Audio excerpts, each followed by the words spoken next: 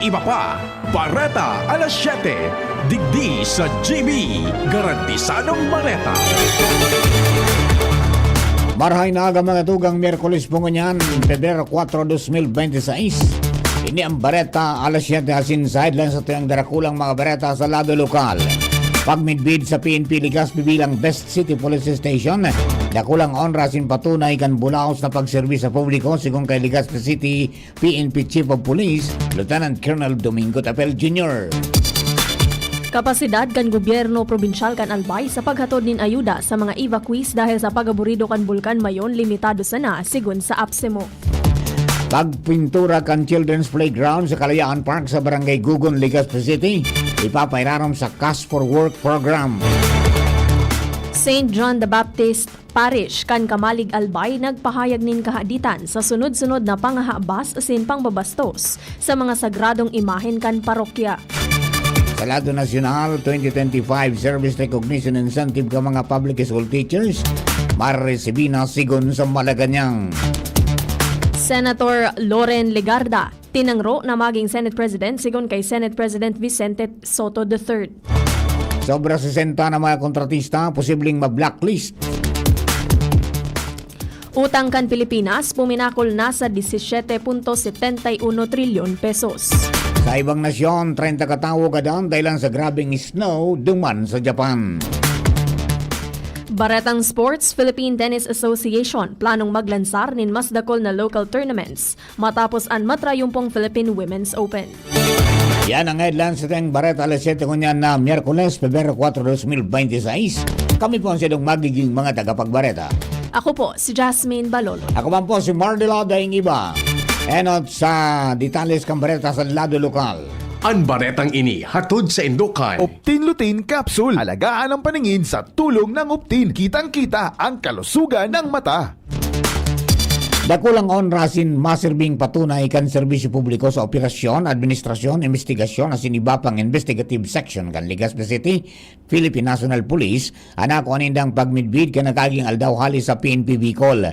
Sigun ini kay Legazpi City PNP Chief of Police, Police Lieutenant Colonel Domingo Tapel Jr. sa entrevista kan DCGP News matapos ng bidbidon bilang Best City Police Station ani patura para sa peryodo kan Nobyembre 2024 sagod Oktubre 2025 na mga operasyon. Dagdag pa ni Tapel na ni istasyon may positibong resulta, partikular na sa mga operasyon laban sa mga wanted persons, illegal na droga, pagkaka-arestar ka mga personang imbalto sa illegal na pagsugal, illegal logging asin illegal na pagsira. Sinabi pa kan opisyal ang recognition mapalanggaw kan moral kan pulisya asin pinag-iinganyar ang mga ini na mas magiging determinado pa sa pagpautob kan mandato ngunya na taon 2026. Yun lang po, makakaasa po siyempre ang publiko, ang Legazpi City, mga Lispeño, na patuloy po at kung may mga for improvement, gagawin po namin para mas lalo pang mapaganda. Ang tingog ni Legazpi City PNP Chief of Police Lieutenant Colonel Domingo Tapel Jr. Ang Baretang ini hatod sa Indokan, Mega One. Ang Mega One ay may 21 sangkap para matulungan ka sa iba't ibang karamdaman tulad ng diabetes, high blood, stroke, arthritis, kidney failure, cancer, viruses, at iba pa. Tumawag kay Doc Joy Bitito sa 0998-975-8121 or 0917-853-8933. Limitado ang kapasidad kan gobyerno probinsyal kan Albay sa paghatod nin ayuda sa mga residentes na apektado kan pag-alburuto kan bulkan mayon. Sigon kay APSEMO Chief Roderick Mendoza, dahil sa limitadong kapasidad, apektado ang mga concerned agencies lalo na ang agricultural asin veterinary offices na may dakulang role sa panahon na aktibo ang aktibidad kan bulkan mayon. Apektado man ang prepositioning kan ayuda sa pagsasabing na kung may funding, madali ang pagpaabot kan asistensya sa mga evacuees asin mga residentes. Bako sana sa mga bakwit, kundi pati na sa mga residentes na apektado ang hanap buhay agrikultural asin an may mga ataman na hayop. Matatandaan, sinabi ni Mendoza na inaprubaran ni Albay Governor Noel Rosal ang rekomendasyon kan deklarasyon kan State of Calamity kan Enero ngunya na taon, mantang sa ngunyan, pigahalat pa ang aksyon kan sanggunian panlalawigan. Mientras tanto, ipapaisayarom sa Cash for Work program ang mga residentes na matabang sa pagpintura kan Children's Playground sa Kalayaan Park sa Barangay Gugun, Legazpi City. Inan pinagiras na Legazpi City Mayor Isam Ismail kung sa implano niyang i-impulto ang komunidad para sa magkapagayong kamparke. Dagdag pa niya na initanganing mas mamatian ka mga residentes ang pagataman, pagpadaba asin pagprotehir sa lugar. Sinabi man ni Ismail na maski may team na ang lokal na gobyerno para sa pagpipintura, mas maawot manggiraray niya na i-imbalto ang mga komunidad bilang katakod kan selebrasyon kan National Arts Month ngunya na Pebrero. Mientras tanto, katakod ka mga na-receiving report na ni-slide kang parke pinagagamit ng comfort room ka mga daimamidbida ng mga persona. Kung kaya, sinugo naman kan alkalde ang Bureau of Fire Protection Legazpi na i-flushing na ang lugar tanganing malinigan. Sa ngunyan, nakipag-uro naman si Ismail kay Legazpi City Councilor Attorney Amore Rex Rañeses asin sa City Tourism Office para maipautob ang pinagaplanuhan na aktibidad. Kung natapos sa wangan and ma-food for work po kita, posibleng magtawag po kita kibaga sa kapos na matabang. So it really brings a lot of memories. Ako nga nagko-commentar doon na past experiences nito naman sa parte kang Kalayaan Park na ito. Pero despite iwa kitang grupo na pwedeng magpintura, gusto ko po community ko niya na magpintura kayo para mapahalagahan kang Legazpenyo kasi masita ay ining tabaga kung tigtatrabaho minsan kang sa Tuyan City Engineering Office, maintenance team, minsan tig pa para pinturahan, tig spray paint po ninda. Pero kung community mo mismo ang mapintura kayo papahalagahan po yan ang komunidad kasi babantayan po ninda. Talagang warang makaraw umaati kang pasilidad. Andingog ni Legazpi City Mayor Isam Ismail. Haros mapano nin Resolution of Recommendation o Resolution of Commendation ang pag-ururon kan sangguni ang panglungsod kan Legazpi City sa ginibong regular na sesyon kasuudma. Sa nakakalap na impormasyon kan DCGB News, kanya-kanyang latag nin resolusyon ang mga konsehal kung sa inangenod si Councilor Vince Baltasar. Nagsumite rin ni resolusyon sa Secretariat na nagpapahayag nin pag-umaw sa Bicol University bilang top performing school sa 2026 Architecture Licensure Examination. Kasabay mandigdi ang rekomendasyon sa duwang estudyante na nakalaog bilang top placer sa nasabing eksaminasyon. Matatandaan top 5 si Cristus Leo del Rosario na may 87.90% na rating, mantang top 8 si Shanine Ansus na may 87.60% na rating. Naglatag manin parehong resolusyon si the Councilor Charlton Lahara asin Alexander Howe, mantang may mga suminunod pang resolusyon na ipiglatag ang ibang konsehal. Katakod kay ni gabos commending ang dalagan kan sesyon na naging pending, tanganing mapag-urunan ang masunod na sesyon. Mientras tanto, program of work kan bagong opisina kan City Disaster Risk Reduction and Management Council o CDRRMC hali sa City Engineering Office na sana ang pigala tanganing aprobaran ang ni Committee on Appropriations Head Councilor Lau Beltran ang 45 million pesos na pondo para sa konstruksyon kan edipisyo.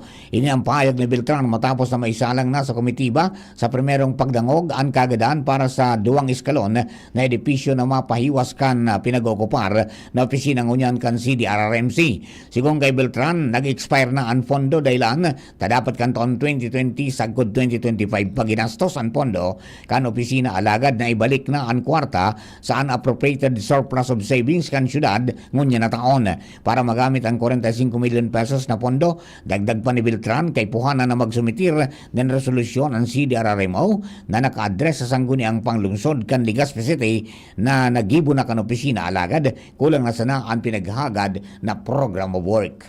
Comply naman sinda. Of course, hindi naman natin naharangan yan. Ang importante lang, we take it or we approve it on a due process. Data man po pwedeng aprobahan basta-basta kung data po yan may provide. Kasi siyempre, at the end of the day, pwede naman po kami makasuhan ka na nag-approve kami kay budget without the program of work. Ang tingog ni Committee on Appropriations Head, Councilor Lau Beltran. Nahadit na ang St. John the Baptist Parish kan Kamalig Albay sa sunod-sunod na insidente nin panghabas asin pangbabastos sa mga sagradong imahen kan parokya. Sigon kay Parish Priest Reverend Father Ricardo Divina Gracia, saro sa insidente kan nakaaging aldaw ang sarong lalaki na nakamotor kun sain pinusakan kaininin gapo ang imahen ni San Pedro de Bautista. Sinabi ni Father Divina Gracia saro sa posibleng rason kan gibo iyo ang pagkadagit sa imahen, lalo na kung dai nangyarian kahagadan. Katakod kay ni nangapodan si Father Divina Gracia sa publiko na pakusugon ang pagtubod. Asin o pagtubod sa mahal na Diyos, pagtibayon ang ebanghelisasyon, asin katekesis. Naglalao man ini, na dai na mautro ang siring ng mga insidente, asin igalang ang simbahan. Makikipag-koordinar man ang parokya sa Philippine National Police para sa magkakanigong aksyon. Mientras tanto, aprobado na kan Sangguniang Bayan kan Daraga Albay ang ordinansa na pigsulong ni Kagawad Warren Sorsogon na malatag kan mga regulasyon sa bagong disenyo kan uniforme kan mga estudyante kan Daraga Community College o DCOMC. Kasabay sa provisyon, ang paghanap kan manamyento kan eskwelahanin nagkapirang disenyo, alaga dapat color gray asin puti isa na ini. Hali sa 2 disenyo ang pagpipilian kan mayoriya ka mga estudyante mantang kun an mapili o kung ano an mapili, iyo man an pwedeng i-endorso sa Committee on Education kan Sangguniang Bayan. Sinabi ni Sorsogon na kamautan kan lakdang na ma-institutionalize ang uniforme kan DCOMC. Bako na paburubago ng kulor, mantang magkakaigwa man ng pagbabago sa administrasyon, ang lokal na gobyerno igwanan ng sistema ng uniforme kan mga estudyante. Nag-abiso si Ginubatan Mayor Gemma Ann Unghoko na saro sa naan opisyal niyang Facebook account. Sigon sa alkalde, an anuman na mensahe o pahayag na bako hali sa nasabing account, iyo an bako autorisado. Dagdag pa niya na dai siyang ibang account na pigagamit asin dai man siya nagahagad nin anuman na sensitibong impormasyon, arrogant passwords, one-time pins, personal na detalye o anuman na kantidad sa maski si isay sa anuman na paagi. Katakod kay ni inabisuhan ni Unghoko ang publiko na maging marikmat. Laban sa mga peking account, ibitaran ang pagpindot nin mga link asin dai basta-basta magtaonin personal na impormasyon. Dagdag pa kan alkalde na kung makaresibinin bako autorisadong mensahe, i-report tulo sa account asin ipaabot sa indang opisina para sa magkakanigong aksyon. Naging uwa si Albay Governor Noel Rosal na tapuso na ang patrabaho kan dakulang ospital sa Barangay Karatagan sa Pioduran, Albay. Nanotarang kan DCGB News na puga-puga na ang patrabaho kung saan napunan ang proyekto kang panahonan pa ni dating Gobernador Al Francis Bichara. Uminagi na ang mga nagsalidang gobernador dahil napadago sa lagad sa administrasyon ni Rosal, piging uwa na mahaman ang mga natatagapang pasilidades na dahil natapos. Kausudma, naagyan kan DCGB News bago na ang pintura mantang piglilinig ng primenterang parte kan ospital. Medas na ma-depende man kung arin inibubuksan sa publiko na mapapakinabangan ka mga residentes, lalo na kan mga nasa West Coast barangays kan Pioduran, Albay. 11.8 milyon pesos kantidad nin ilegal na droga ang nakumpiskar kan PNP Bicol sa 183 na naarestar na mga drug offenders sa mga operasyon kan Enero ngunya na taon sa rehiyon Bicol. Sigon sa PNP Bicol na pinamamayuhan ni Regional Director Police Brigadier General Eresito Miranda poon Enero 1 sagkod Enero 31, totalmenteng 156 na focused anti-drug operations ang pinagkondusir na nagresulta sa pagkakaarestar ni dressing high-value targets as in 170 street-level offenders. Ang mga operasyon man, nagresulta sa pagkakasaangat ni 263 na kaso para sa pagsuhay sa Republic Act 9165 o ang Comprehensive Dangerous Drugs Act of 2002. Mientras tanto, nasa 1,743.91 gramo nin shabu as in 35.1 gramo nin marijuana ang nakumpiskar sa mga sospek. Nangenot sa Camarines Sur na may sobra 3.8 milyon pesos kantidad ni nakumpiskar na illegal na droga suminunod ang Albay na may sobra 3.5 milyon pesos, Camarines Norte na may sobra 3.1 milyon pesos, Naga City na may sobra 719,000 pesos, Masbate na may sobra 431,000 pesos, Sorsogon na may sobra 99,000 pesos asin Catanduanes na may sobra 29,000 pesos kantidad nin mga nakumpiskar na ilegal na droga sa nasabing peryodo. Mga tugang yan po ang primerong parte kan sa tuyang Bareta alas 7, Bareta sa lado lokal. Mga Bareta nato sa lado nasyonal, ibang nasyon sports sa singkamutagang kampanahon, bakalis lamang po kene. Pre, si Gerald Anderson to. Sulit na extra strong beer ba hanap mo? Ito na, ang Leon Extra Strong Beer. 7% ABV. Ngayon, may mapangis na promo pa. Bili ka ng 2 litro, may libreng 500 ml na. Sa 190 pesos SRP lang, meron ka ng 2.5 litro. Pangis na tama! Ilabas na ang bangis ng Leon. Bili na! Promo runs from December 19, 2024 to December 31, 2025. Extended until June 30, 2026. For DOH, FDA, CFRR permit number 1748S 2024. Drink responsibly. At ngayon, ang pinakabago, ang pinaka-epektibong food supplement na mabusising ginawa sa Amerika at matapos ang 3 taon, aprobado na ng FDA. Mega One, ang evolusyonaryong produkto na nagtataglay ng 21 natural na mga komposisyon na nakatutulong upang palakasin ang immune system at ang ating kalusugan. Para sa karagdagang impormasyon, maaaring pumunta kay Doc Joey Bitito sa Barangay 18, Cabangan West, Legazpi City, kaharap lang ng Bangko Sentral ng Pilipinas. O tumawag sa 0998-975-8121 or 0917-853-8933 para sa free consultation sa natural medicine. bisitahin din ang aming Facebook pages, Mega One Superfood at MHC Bayanihan Official. Mega One, evolusyon para sa kalusugan.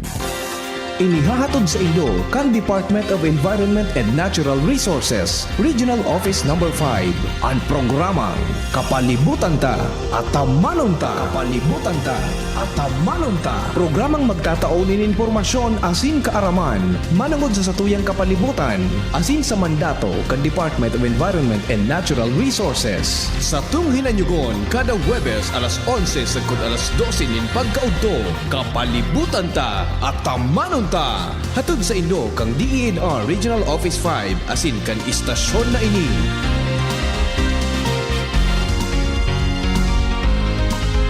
Ayun no, si Jopit na torpe dati, may ka-holding hands na ngayon. Gaan talaga pag ang tropa malakas sumuporta. Tapos may Tanduay Light. Masarap inumin, suabe ang hagod. Tanduay Light, gaan ang may kasama. Drink responsibly. Mas magaan ang buhay pag nandyan ang barkada at Tanduay Light. Gaan ang may kasama. Drink responsibly. DZGB Barreta alas 7. Sa detalles kang bareta sa lado nasyonal, biglalao man na maresibina ang mga kwalipikadong pampublikong paratokdo asin non-teaching personnel ang sendang pigalat na 2025 Service Recognition Incentive o SRI dahil pinaluwas na kan Department of Budget and Management o DBM ang 7.372 billion pesos na cash requirement para sa taon 2025. Sigun kay Palace Press Officer Attorney Claire Castro, inaprobara na ni DBM Acting Secretary Rolando Toledo ang notice of cash allocation para mabayadan ang balanse kan insentibo para sa mga paratokdo asin iba pa mga empleyado kan Department of Education o DepEd. Ang Service Recognition Incentive sarong pagmidbid sa serbisyo ka mga paratokdo asin ang teaching staff sa paggiya sa mga jóvenes. Dahil naaprubaran na ang dagdag na alokasyon, sinabi ni Castro na mareresibina nin bilog kan mga benepisyaryo ang totalmenteng kantidad kan sendang SRI. Magirumduman na kan Disyembre 11, 2026, pinirmahan ni Presidente o kaya 25, pinirmahan ni Presidente Ferdinand Marcos Jr. at Administrative Order No. 14 na nagagarantiya nin one-time SRI sa gabos na kwalipikadong empleyado kang gobyerno para sa taon 2025. Kinumpirmar ni Senate President Vicente Soto III na tinangro si Senator Loren Legarda na maging Senate President. Sa entrevista, sinabi ni Soto na mismong si Legarda ang nagpaabot sa iya kanasabing impormasyon kan sarong aldaw. Sigun kay Soto, bakong interesado si Legarda asin siniguro kan senadora na solid siya sa majority group. Kumpiyansa man si Soto na makusog ang bilog na majority group sa Senado asin may posibilidad na madugangan ang sa indang numero, kaibahan ang nagkaperang haloy na nindang kauron. Alagad nagsayuma man si Soto na magtaonin iba pang detalye. Sinabi niyang habo niyang pag-urunan dahil puro man sana istorya. Sobra 60 na mga kontratista o kontraktor ang pwedeng ma-blacklist sa mga proyekto kan gobyerno dahil sa pagkaka-embulto sa anomalya sa flood control projects asin iba pang infrastructure projects sigung kay Palace Press Officer Attorney Claire Castro. Sa sarong press briefing, sinabi ni Castro na may 16 na kontratista na sangunyan na pigproseso ng kan Philippine Contractors Accreditation Board o PCAB para sa blacklisting. Sa mga ini, 4 ang na-revoke na ang lisensya. Menos na sigunman sa Department of Public Works and Highways o DPWH, sobra naman ang GAD sa 60 kontratista ang pwedeng ma-blacklist. Pero dinagdag ni Castro na sinabi kang presidente na dahil maapektaran ang duro-diretsong pagpagibo ng mga infrastruktura sa nasyon dahil dakul pa na mga kontratista ang masasabing matanos magtrabaho. Suminakat sa 17.71 trilyon pesos ang kabilugan na utang kan Pilipinas. Sagod katapusan kan Disyembre taong 2025 sigun sa Bureau of Treasury. Ini nag-itaas nin 1.66 trilyon pesos o 10.32% gikan sa 16.5 trilyon pesos kan katapusan kan Disyembre taong 2024. Sigun sa Bureau of Treasury, ang pag-itaas kan utang dara kan paginguwa kan gobyerno na pondohan ang mga development program asin pagbagsak kan balor kan piso kontra dolyar asin iba pang foreign currencies. Apesar kan halangkaw na utang, mantinidong estable ang debt portfolio kan nasyon kung saan 68.4% kan utang hali sa laog kan nasyon. Sa paay kan pagtutok sa peso-dominated financing o financing, nababawasan ang peligro gikan sa pagbabago kan exchange rate. Asin mantinido ang interest payment sa lokal na ekonomiya. Sa domestic debt, naglangkaw ini nin 12.12 trilyon pesos na mas halangkaw nin 1.19 trilyon pesos o 10.85% kumpara ka nakaaging taon dahil sa net issuance kan government securities as in regular auctions as in sa retail treasury bond tranche 31. Mientras na ang external debt suminakat sa 5.59 trilyon pesos, darakan pag-issue kan bagong global bonds, pag-utang gikan sa official development assistance, as in epekto kan bako marhay na foreign exchange rate sa foreign currency dominated debt. Ikinaugma ni Senador Rizal Ontiveros ang paglusot sa Senado kang propestong magbilog nin sarong specialty hospital para sa mga lolo asin lola. Sinabi ng Ontiveros na sa pag-aprobar kan Senate Bill No. 1509 o Philippine Geriatric Center o PGC Act, magiging mas madali nang mautob ang good health asin long life na pirming pigumawot kada birthday ka mga lolo asin lola.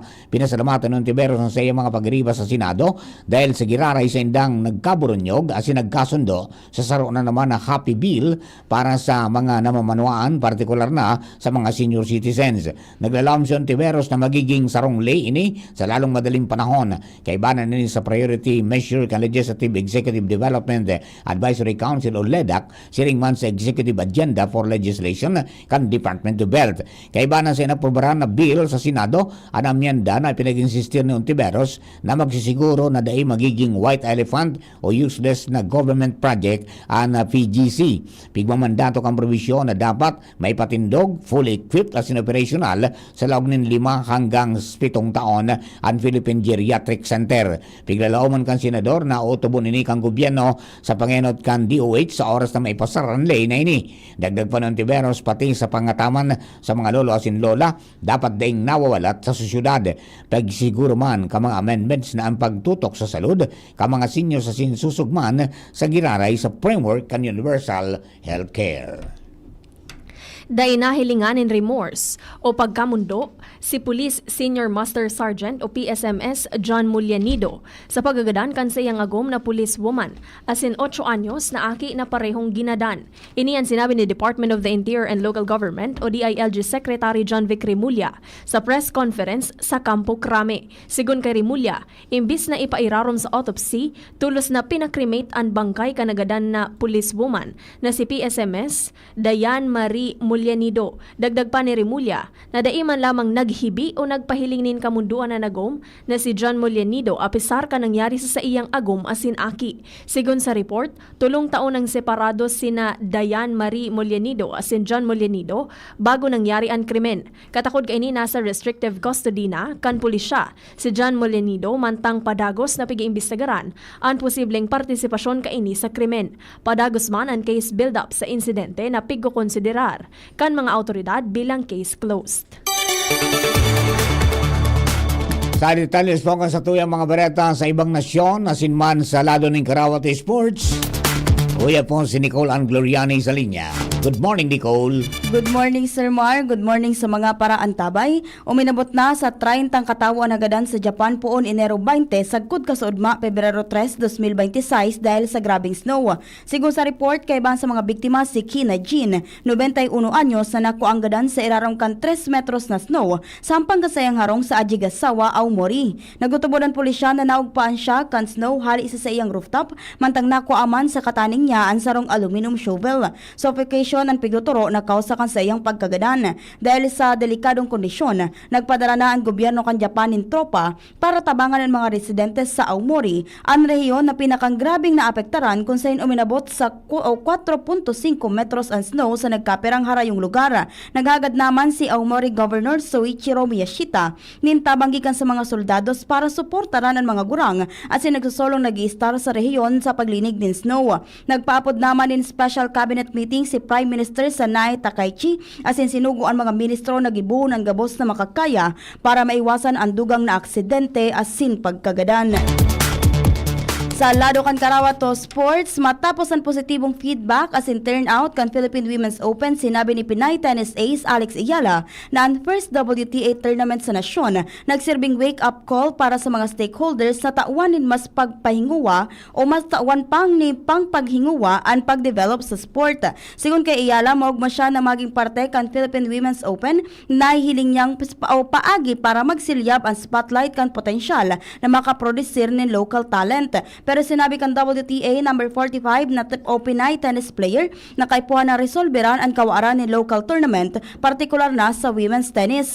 Katakod kay ni sinabi kan Philippine Tennis Association of PhilTA na pigpaplano na ninda na magkondukta nin mas dakol na local tournaments bilang kasimbagan sa pangapudan sa tao kan nagkukusog na interes sa tennis sports.